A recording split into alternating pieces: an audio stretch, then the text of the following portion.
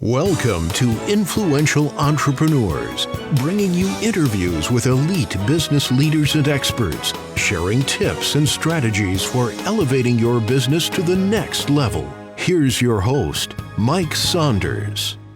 Hello and welcome to this episode of Influential Entrepreneurs. This is Mike Saunders, the Authority Positioning Coach. Today we have with us Jordan Mangaliman, who's a Fiduciary Retirement Advisor and founder of GoldLine Wealth Management. We'll be talking about navigating the daunting transition into retirement. Jordan, welcome to the program.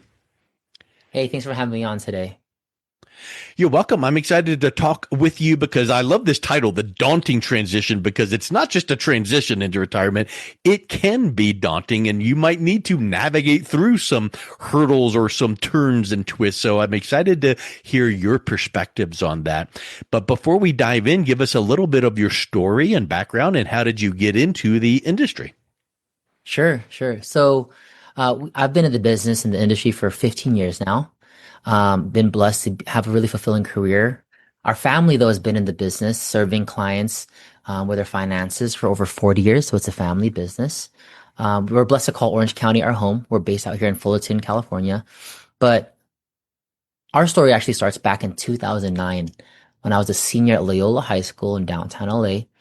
And we were your typical family, you know, my dad, BJ, my mom, Ging, my sister, Dana.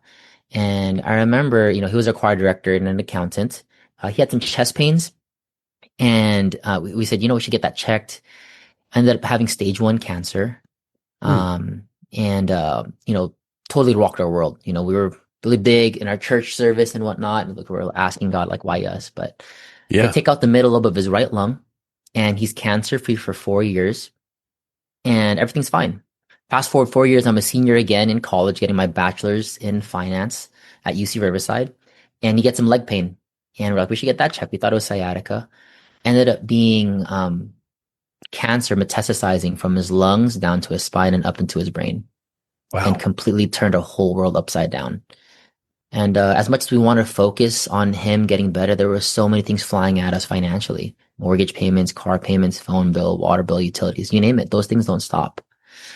So unfortunately, my father lost his battle to cancer in 2013 at the young age of 54 and changed my life forever. I made it my life's mission to make sure that everyone that I came in contact with, everyone that I met was prepared for what was ahead, whatever was ahead, right? Whether that be taxes, a premature death, investments, estate planning, right? You have to be prepared.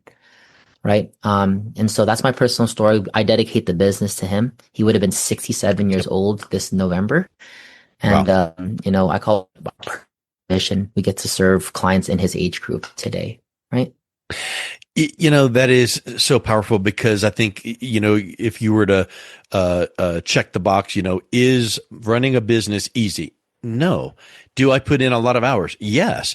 And so probably in some of the roughest times where you're just running, 10 ways, different directions, you can settle back down and go, hey, I'm doing this for the dads out there. I'm doing this for the families out there to make sure that they are protected. And that is just super, super powerful. That's what actually draws you and pulls you. It doesn't push you and make you feel overwhelmed. You probably feel a little breath of fresh air to go, look, I'm doing this for the greater good. That's awesome. Definitely.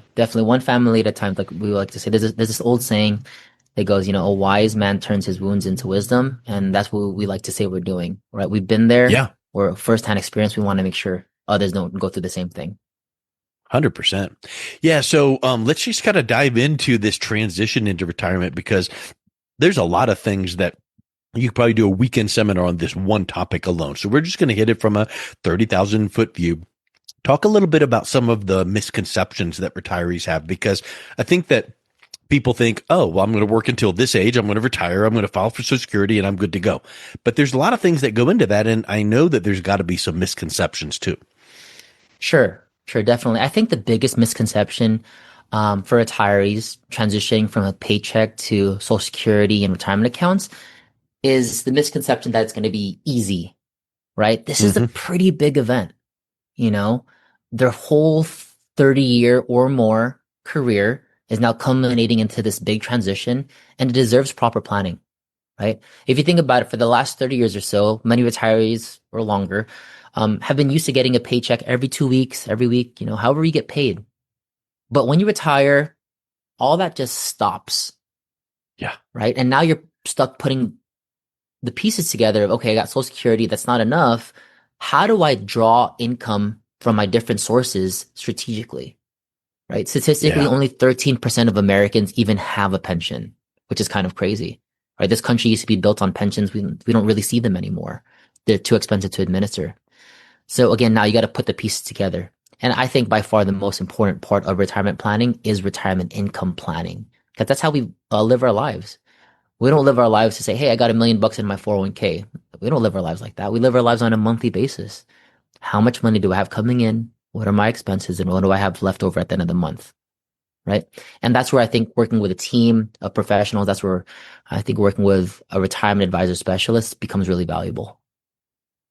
Yeah, I think that there's even a lot of things that we can dive in deeper about that, because it really is not even just that number, because that number can change. Oh, I need X number of dollars sitting in my retirement account when I get X age so that I can retire. Well, what if inflation hits? What if taxes go up? So that number can change. It's about that cash flow. And that's a big, big, I would think, an aha when you talk to people to go, yeah. I might, like as an example, someone might think, oh, well, you need whatever, $2 million to be able to retire. But if you do it the right way, maybe you need a lot less because you're positioning it differently to get that cash flow. Talk a little bit about how that cash flow can help provide that peace of mind. Definitely. I think you bring up a great point. There used to be this company that had this commercial. Do you remember a company called ING? Yeah. They had the orange Yeah. lion was their, Yeah, I yeah, was going to say some little mascot thing. Yeah. exactly. They used to have this commercial years back, and there were people walking down the street, and then they would have a big number across their forehead. And the commercial read, "What's your number?" Some people had $1 Yeah. million, some people had $750,000. A guy on the bench had $600,000, right? I'm here to tell you today that that information's wrong. That's not how you plan for retirement. It's not so much planning for this, I need to have this dollar amount in retirement. You have to prioritize your cash flow and your income. Um, where the old saying was cash is king, we're Yeah. now finding what we know to be true is it's not so much, it's cash flow is king. How much do we Yeah. have coming in consistently? Because our cash flow is what dictates our lifestyle, right? And you raised some great points. Well, I need $5,000 a month today. Okay, cool. Well, is $5,000 a month going to be the same in 10 years? Definitely not, right? Right. We see the effects of inflation in real time. We've seen spikes since 2020. What is it going to look like in 10, 15, 20 years? That $5,000 may not be much. We have to be able to offset that. So that's inflation risk. Another risk is what we call sequence of returns. Well, I'm drawing this income from my investment portfolio. Maybe it's the dividends, or maybe you're selling positions out of your stocks or equities or ETFs. Well, what if we slip into a recession, right? What if these Yep. next 3 years are years of losses because we are in an overvalued market? Well, what's the effect on your portfolio if we, slip into 2, 3, 4 years worth of losses? That can have a real compounding damaging effect on your portfolio and can really shorten the life of your overall investments. So is there a better way to invest? Is there a better way to draw income? There are better and more efficient ways, safer ways to draw income in retirement, right? And that's where Well, proper let's planning becomes very important. Yeah, I think it. I remember it's either a bumper sticker or a book or all of the above. Hope is not a strategy, right? It's like Definitely. you just let's hope for the best, or let's just flip a coin and I'm sure it'll all work out. Well, sometimes it doesn't work out because you didn't do the right thing, and maybe you find out some of the right things you could be doing, should be doing, but it's too late because you waited until a certain age and, oh man, if we could have just done this earlier, we would be in a better position. What are some of those things regarding that reliable income stream that people need to be thinking about well ahead of time so that it positions them in the right way to take advantage of some of those things and not rely on hope as a strategy? You bring up a great point, right? Harvard does a study, and multiple, firms do this study. Do you know what the number one fear is for retirees? They do this study every year. No. It's running out of money. Ooh, yeah. That fear is actually higher than the fear of death because we're talking about quality of life, right? And if you think about it, it makes sense. As a society, as retirees, are we living longer and longer or shorter and shorter? What would you say, Mike? I would say we're living longer because we're having better health care and taking better care of yourself and exercising more, things like that. Exactly. Through advancements in medicine, we're living longer and longer, right? You know, for a couple age 60 today, at least one of them has a 43% chance of reaching the age of 95, Wow. right? So what is that telling us? That if we have a chance of living a long life, and for some people even reaching triple digits, doesn't it make sense for your portfolio to reflect that? A lot of people are Yeah. gonna say, well, I hope my investments or my retirement accounts last me for our entire lives, but we can't live on hope alone. We have to rely on numbers, on data, on the right inputs so we can make educated and confident decisions about our investments, right? I was reading an article yesterday. Social Security was first administered in 1935. Do you know what the average Mm. lifespan was? Life expectancy in 1935 was? Ooh, I will guess Mm-hmm. 65. 65 right on the money. Oh, 61 for men, wow. 65 for women. But we're living way past that, right? Now that's the Yeah. beginning of retirement. And so we're seeing a lot of stress on the Social Security program, right? Like they say by 2030, by 2033, changes have to be made.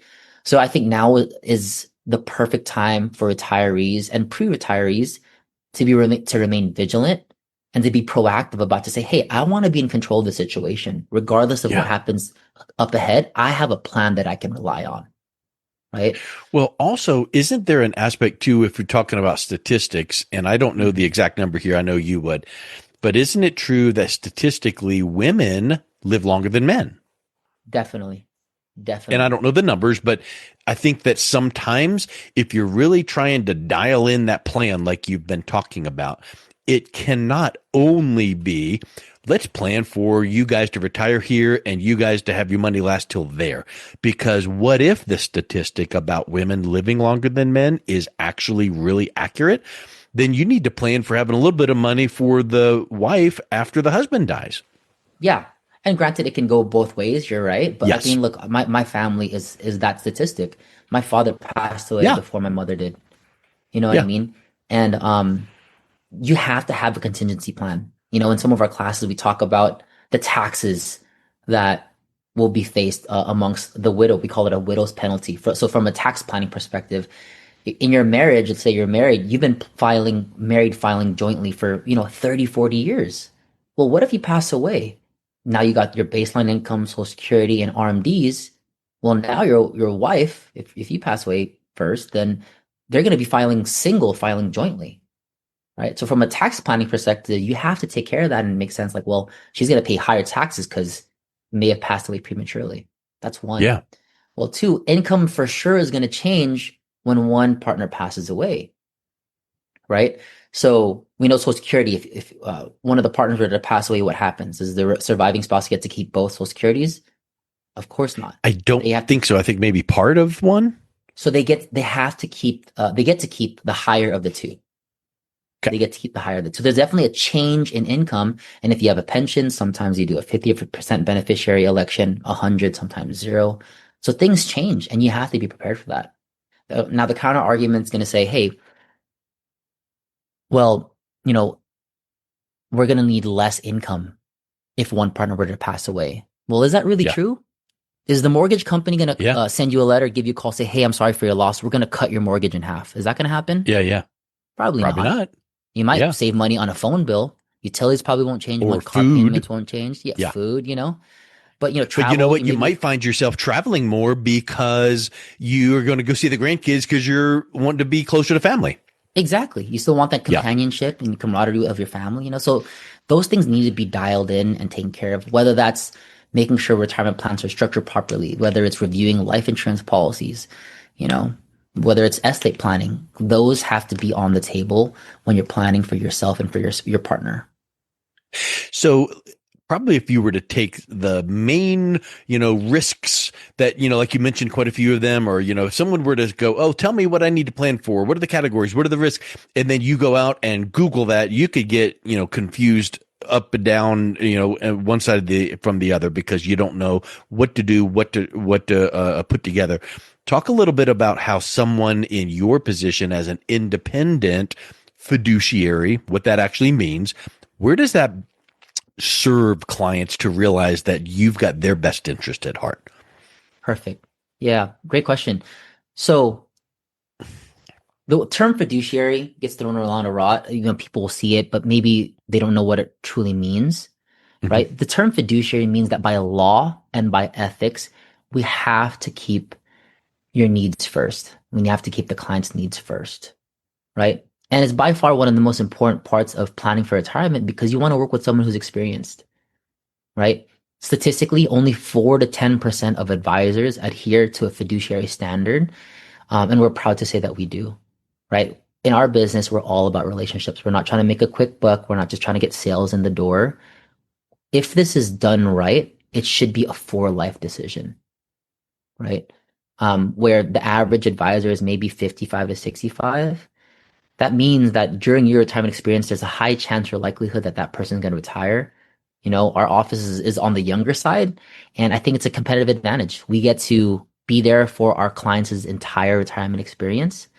And one of the big reasons why clients do like to hire us as from a fiduciary perspective is we do what's called generational wealth planning, which is to say, well, one day, these assets are going to be passed on to your kids, and we want to make sure that your kids are taking care of these assets, right? So they have those same principles that you were working on and operating with, those same values, right? So that's what the approach of a fiduciary is really important, is where we have access to essentially all investment types, right? Whether that's stocks, bonds, mutual funds, ETFs, gold, silver ETFs, structured notes, annuities, whatever makes sense for the client's goals, that is the plan we'll put together for them, right? Where I think, Nice. Some people will attend an event. It's very popular nowadays, an event or a seminar, but maybe the clients, the advisor's just trying to sell an annuity or a specific type of product. It's hard, right? Or maybe they're under quota. Then you guys start to ask, like, is this advisor's best interest in my best interest, or are they looking out for themselves? And those lines start to get blurry, right? Yeah. You want to get fiduciary advice to say, hey, this is what I'm trying to accomplish. What makes sense for me, right?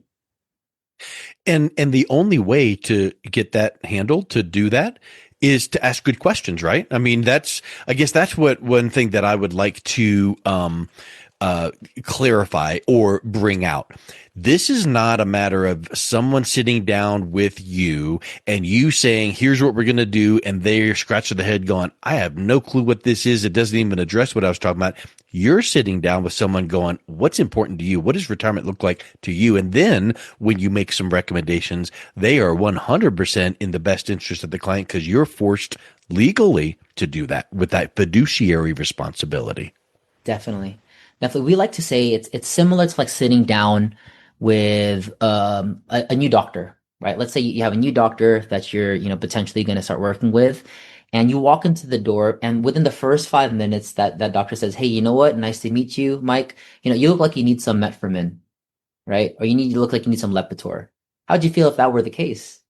You'd be totally taken Yeah, I'd back. say, Like, you didn't even take my blood pressure. Right. yeah. You don't even know who I am, and you're already Right. making recommendations. You're already prescribing a solution, right? That's Yeah. kind of tough. Like you're trying to give me the solution that you don't even know anything about me. What should happen is you sit down and the doctor, or in this case, the fiduciary retirement advisor, should ask you all the right questions. What's your background? What are your goals? What are your concerns? Do you have any past experiences with a doctor in the past? What did you like? What did you not like? That's the experience you should have when sitting down with a potential retirement advisor. If you think about it, this is one of the biggest decisions you'll make in your life. It has to be right. Right? So that's the experiential side. The other side of it would be to do your research. What licenses do they hold? right? Is it a securities license? What series license do they hold? Is it a life license? Do they have any reviews?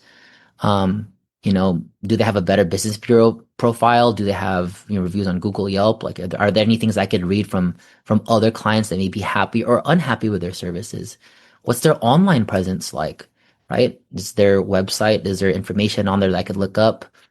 You know, is it in person or is it on Zoom? How do you want to work with your advisor? Are there any third-party sources that they've contributed to? Right? So like, we're blessed to be published in over 40 articles from Forbes, Yahoo Finance. Our team was recently on Fox News 2 weeks ago, right? And we believe it's important to push out valuable content and information and education for people who are about to retire. So all these things culminate into a confident decision. I think there's one thing to be said for chemistry, which is to say, hey, do I like this person? Do I like how they communicate with me? Do I feel? Does it just feel right? Can I tell that they're really got? There's a big difference between saying I have your best interest at heart and actually communicating that even non-verbally. Exactly. Yeah, And that's pretty huge. There's chemistry, there's synergy there, there's alignment and core values. You'll know when someone has the same core values as you, right? So. Yeah. Agreed. Well, Jordan, this has been really, really powerful. That daunting transition into retirement. You need to have that guidance. You need to have someone that's on your side, making some good recommendations for you to consider and for you to make that decision. So if someone is interested in learning a little bit more about you and your company, what's the best way that they can do that? And then also reach out and connect with you? Sure. So they can, to learn more about our company, they can log onto our website, goldlinewealthmanagement.com. We have some awesome information there. We have some tax guides that we push out. And then if you want to learn more and schedule a quick 15-minute call to see if we're a good fit, to see we could provide solutions for your situation, you can email us at jordan@goldline-financial.com. Excellent. Well, Jordan, thank you so much for coming on. It's been a real pleasure chatting with you today. Awesome. Thank you so much, Mike. Take care. God bless. You've been listening to Influential Entrepreneurs with Mike Saunders. To learn more about the resources mentioned on today's show or listen to past episodes, visit www.influentialentrepreneursradio.com.